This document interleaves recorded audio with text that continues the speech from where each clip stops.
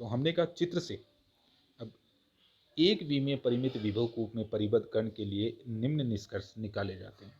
तो सबसे पहली बात तो ये है कि परिबद्ध अवस्था में ऊर्जा स्तर अनअपभ्रष्ट होते हैं, अर्थात एक ऊर्जा स्तर के संगत एक ही आइगन फलन विद्यमान होता है। हमने कहा ऊर्जा स्तरों की संख्या परिमित होती है तथा इनकी संख्या गामा पर निर्भर करती है।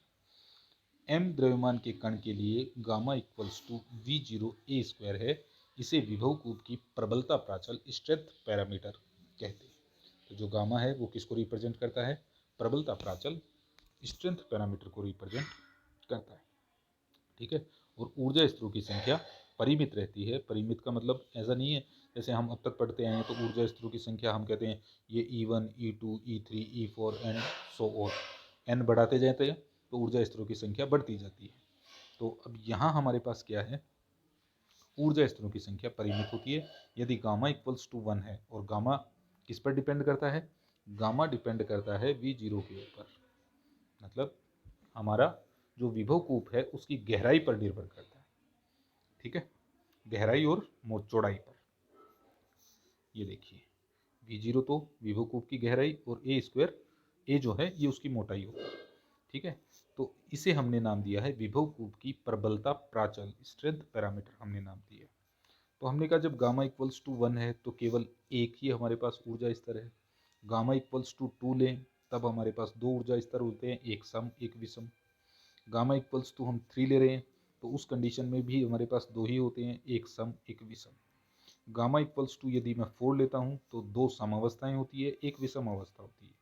गामा इक्वल्स टू 5 के लिए हमारे पास चार अवस्थाएं होती है, दो सम अवस्था होती है और दो विषम अवस्था होती है। ठीक है, तो इससे हम कह सकते हैं कि ऊर्जा स्तरों की संख्या परिमित रहती है। अब तीसरा हम कह रहे हैं यदि गामा का मान 0 से लेकर पाई के बीच में तब केवल एक समपरिबद्ध अवस्था होती है। तो हमने कहा 0 से पाई, 0 से पाई का मतलब 0 से लेकर 3.14 तक यदि गामा का मान है। ठीक है, गामा का मान कितना है? 0 से लेकर 3.14 तक। तो उस स्थिति में हमारे पास केवल एक ही समपरिबद्ध अवस्था होती है। ठीक है, तो गामा का मान 0 से लेकर 3.14 तक लेना है। तो 3 से लेकर यहाँ तक हमने लिया, तो उस स्थिति में ये 3, अब ये वैल्यू जो है ये 3 से ऊपर चली गई तो केवल एक समपरिबद्ध अवस्था है। ठीक है, तब केवल एक समपरिबद्ध अवस्था होती है। यदि हम पाई से लेकर 2 पाई के बीच में बात करें, पाई से 2 पाई मतलब 3 से 5 के बीच में, 3 से लेकर 6 के बीच में, तब हमारे पास कितनी परिबद्ध अवस्थाएं होती है? तब केवल दो समपरिबद्ध अवस्थाएं होती है। तो दो समपरिबद्ध अवस्था कौन सी हो गई? तो एक तो ये हो गई और एक ये वाली हो गई, ये। ठीक है, इसी प्रकार तो हम इसको व्यापक रूप में लिख सकते हैं। व्यापक रूप में एन ई माइनस पाई, ये n e minus pi is less than gamma is less than equal to n e pi. ठीक है, तो यहाँ एन ई क्या है? समपरिबद्ध अवस्थाएं। इसी प्रकार हम कह रहे हैं यदि गामा का मान 0 से पाई बाई 2, 0 से पाई बाई 2 का मतलब 0 से लेकर 1.57 तक है। तो गामा का मान हम देख रहे हैं यहाँ ये जो वैल्यू है ये 1.57 है। इससे पहले हमारे पास कोई भी जो है विषम परिबद्ध अवस्था नहीं है। तो इस स्थिति में तो हमने क्या कहा? इस स्थिति में एक भी विषम परिबद्ध अवस्था नहीं होती जब इसका मान पाई बाई 2 से लेकर 3 पाई बाई 2 है। पाई बाई 2 से 3 पाई बाई 2, तो पाई बाई 2 ये यहाँ आ गया और 3 पाई बाई 2 ये हो गया।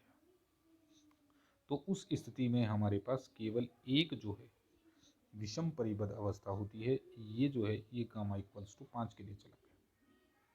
ठीक है, तो उस स्थिति में क्या होता है?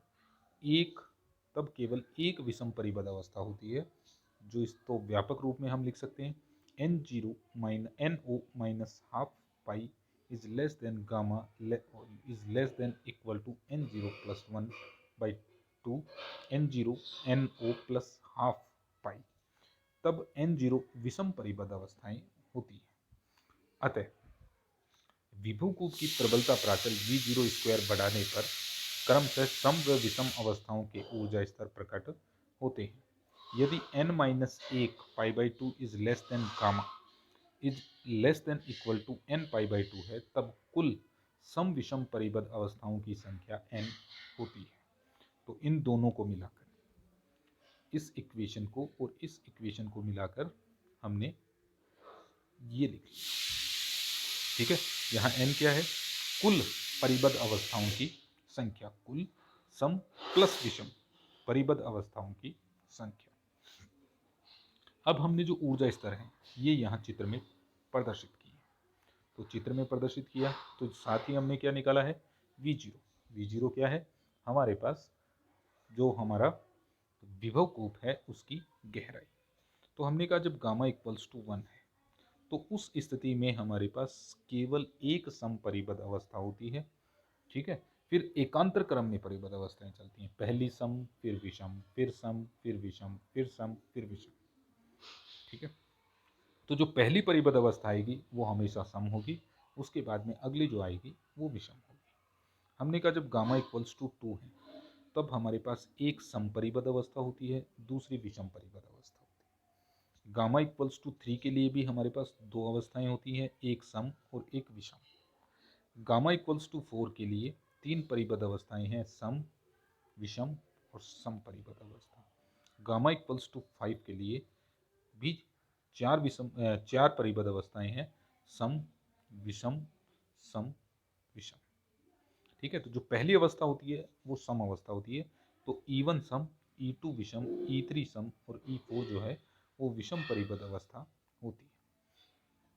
हमने कहा मूल अवस्था, निम्नतम ऊर्जा अवस्था ग्राउंड स्टेट सदैव सम अवस्था होती है। इसके बाद क्रमशः विषम व सम अवस्थाएं होती है। एक परिमित विभव कूप में परिबद्ध कण के ऊर्जा स्तरों की संख्या विभव कूप की प्रबलता प्राचल V0 स्क्वायर पर निर्भर करती है। यदि गामा इक्वल्स टू 1, 2, 3, 4, 5, जहाँ गामा इक्वल्स टू ये वैल्यू है के लिए ऊर्जा स्तर चित्र में दिखाए गए हैं। तो जो हमने ऊपर दिखाया है ऊर्जा स्तर E1 व E3 सम अवस्थाओं के और E2 व E4 विषम अवस्थाओं के संगत ऊर्जा स्तर होते हैं। तो हमने पहले कहा था जो पहली अवस्था होती है E1 वो हमेशा सम अवस्था होगी, फिर विषम अवस्था, फिर सम अवस्था और फिर विषम अवस्था। तो E1 और E3 सम अवस्थाएं होगी, E2 और E4 जो है वो विषम अवस्था होगी। अगर यहाँ बात करें तो केवल E1 है सम अवस्था होगी, यहाँ E1 सम विषम, E3 में भी सम विषम, सम विषम और सम अवस्थाएं होंगी। यदि V0 का मान नगण्य अर्थात V0 अटेंड्स टू 0 या गामा इक्वल्स टू 0 है अर्थात विभव कूप अत्यंत छिछला या दुर्बल विभव कूप है, तब चित्रानुसार कम से कम एक प्रतिच्छेद वर्त x square plus Y square gamma square तथा x equals to Y tan Y के मध्य अवश्य होगा। अर्थात कम से कम एक परिबद्ध अवस्था अवश्य होगी, चाहे जितना भी दुर्बल विभव कूप हो। ठीक है, तो इसको हम एक बार यहाँ चित्र से देख लेते हैं। ये चित्र से हमने कहा कि गामा का मान कितना भी कम हो तो ये ग्राफ यहाँ 0 से शुरू हो रहा है, तो इसके कारण कम से कम एक अवस्था इसमें जरूर विद्यमान है। अर्थात कम से कम एक परिबद्ध अवस्था अवश्य होगी, चाहे जितना भी दुर्बल विभव कूप हो। अब हम बात कर रहे हैं इससे आगे ऊर्जा आइगन फलन की। तो एक परिमित विभव कूप में परिबद्ध कण की सम अवस्थाओं के लिए तरंग फलन हमने पीछे जो कल हमने वीडियो जो देखा था उसमें हमने लिखा था psi 1 x equals to A E raise to power alpha X, psi 2 x क्षेत्र 2 में डी कोस बीटा एक्स और psi 3 x equals to A E raise to power minus alpha X. ये क्षेत्र 1 में हो गया, ये क्षेत्र 2 में हो गया और ये क्षेत्र 3 में हो गया। विषम अवस्थाओं के लिए हमने लिखा था क्षेत्र 1 में psi 1 x equals to A E raise to power alpha X, psi 2 x equals to C sine beta X, psi 3 x equals to minus A E raise to power minus alpha X. अब हमने यहाँ परिसीमा और सातत्य प्रतिबंध काम में लिए तो x equals to minus A पर साई 1 इक्वल्स टू साई 2 और x equals to plus A पर psi two equals to psi three होगा। तो इससे हमने a की वैल्यू कैलकुलेट कर ली, a equals to D E raise to power alpha A cos beta A. समीकरण 32 के लिए हमने कैलकुलेट किया a equals to minus C E raise to power alpha A, sorry समीकरण 30 के लिए। ठीक है, तो हमने यहाँ समीकरण 29 में a के स्थान पर ये टर्म रख लिया और समीकरण 30 में a के स्थान पर ये वैल्यू हमने प्लेस कर दी।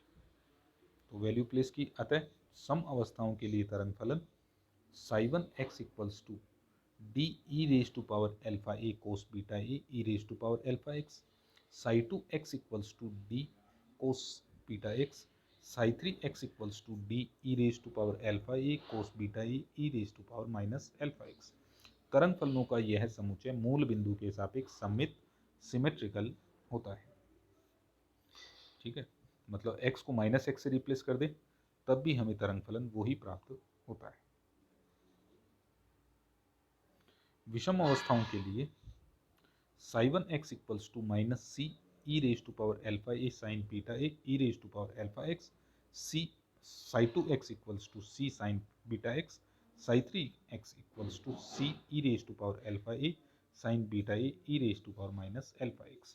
तरंग फलनों का यह समुच्चय भी मूल बिंदु के सापेक्ष प्रतिसम्मित होता है। तरंग फलनों का यह समुच्चय मूल बिंदु के सापेक्ष प्रतिसम्मित होता है, अर्थात सम्मित नहीं होता है। x को यदि माइनस एक्स से रिप्लेस करते हैं तो तरंग फलन हमें पुनः वही प्राप्त नहीं होता है। तो चित्र में प्रथम चार ऊर्जा स्तरों में कण के तरंग फलन psi one Sai to psi three हमने चित्र में प्रदर्शित किए हैं। इनमें साई वन व साई थ्री सम्मित हैं तथा साई टू व साई फोर प्रतिसम्मित है। क्षेत्र क्षेत्र कौन सा, माइनस ए से ए के बीच में एनवी ऊर्जा के संगत फलन साई एन में एन माइनस एक शून्य मान होते हैं। तो सबसे पहले हमने साई वन की बात की, तो साई वन पहला जो आएगा वो समावस्थाओं के लिए आएगा। जो पहला ऊर्जा स्तर होगा समावस्थाओं के लिए, तो हम यहाँ सम अवस्थाओं के जो तरंग फलन है यहाँ पहुँचे। तो हमने कहा क्षेत्र एक माइनस ए से पहले वाला क्षेत्र, तो चित्र में हमने इसे प्रदर्शित किया है क्षेत्र एक ये वाला। ये जो क्षेत्र है ये क्षेत्र एक हो गया, ये क्षेत्र दो हो गया और ये क्षेत्र तीन हो गया। ठीक है, इससे आगे का अब हर चित्र के अंदर हमें क्षेत्र इसी प्रकार लेने हैं। क्षेत्र एक माइनस ए से पहले वाला, क्षेत्र दो माइनस ए से ए के बीच का और क्षेत्र तीन ए से आगे का क्षेत्र।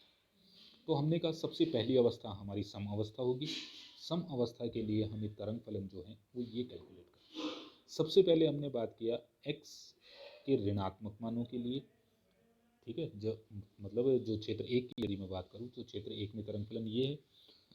तो जब हम इसकी वैल्यूज नेगेटिव रखते हैं, ठीक है, तो जब इसकी वैल्यू हम क्या करेंगे नेगेटिव रखेंगे, तो अब हम कह रहे हैं कि इधर नेगेटिव वैल्यू बढ़ रही है तो इधर मतलब किस तरफ, इस तरफ नेगेटिव वैल्यू जो है वो बढ़ती जाएंगी।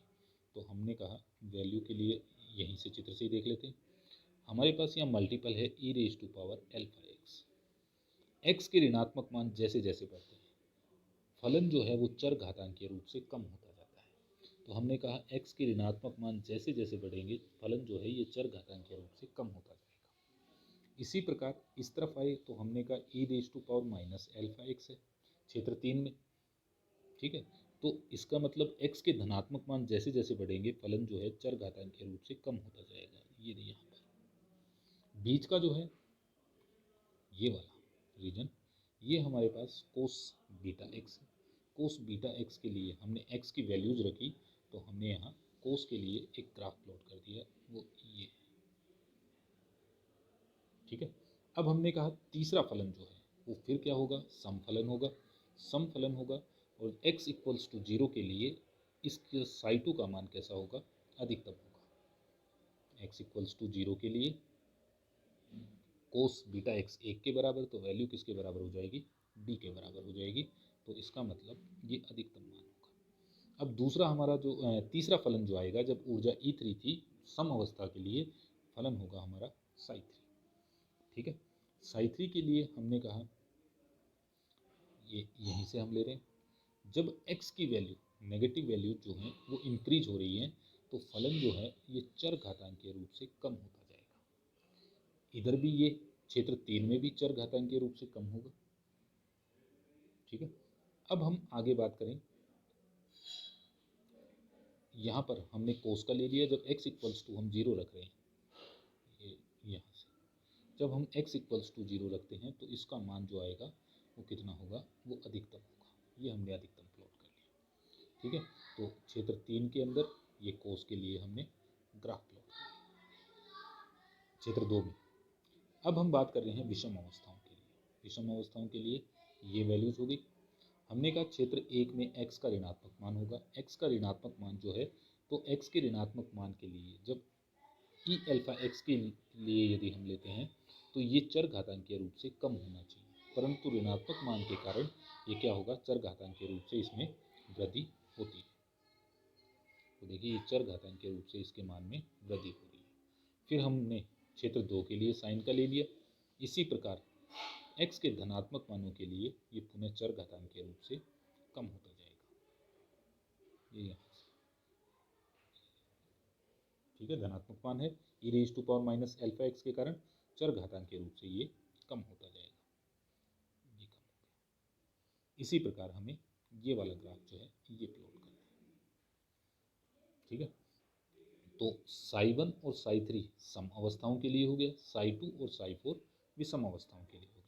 अब हमने लिखा है साई 1 और साई 3 जो हैं ये सममित हैं। सममित है तो इसको प्रदर्शित करने के लिए हमने x इक्वल्स टू 0 के सापेक्ष इस पेपर को यदि मोड़ते हैं तो जैसा ग्राफ इस तरफ है उसी की इमेज इस तरफ आ रही है, तो फलन हमारा सममित है। और यहाँ हम देख रहे हैं ऐसा नहीं है। ये जो टर्म है अगर इसको हम यहाँ से मोड़ते हैं तो ये ऊपर की तरफ आता है, यहाँ इस तरह से, तो सेम नहीं आ रहा, तो ये फलन जो है ये हमारा प्रतिसम्मित हो गया। एक चीज और हमने यहाँ लिखी है, क्षेत्र में -a से a में nवीं ऊर्जा के संगत फलन साई n में n-1 शून्यमान होंगे। तो सबसे पहले n इक्वल्स टू 1 के लिए यदि बात करूं तो हम देख रहे हैं 1 - 1 इक्वल्स टू 0, तो इस क्षेत्र में फलन कहीं भी शून्य नहीं होता है। अब हमने कहा n इक्वल्स टू 2 के लिए, n इक्वल्स टू 2 के लिए 2 - 1 इक्वल्स टू 1, तो एक बार फलन जो है वो यहाँ शून्य होता है। 3 के लिए 3 - 1 इक्वल्स टू 2, फलन यहाँ और यहाँ शून्य होता है। ठीक है, 4 के लिए यहाँ, यहाँ और यहाँ फलन जो है वो शून्य होता है।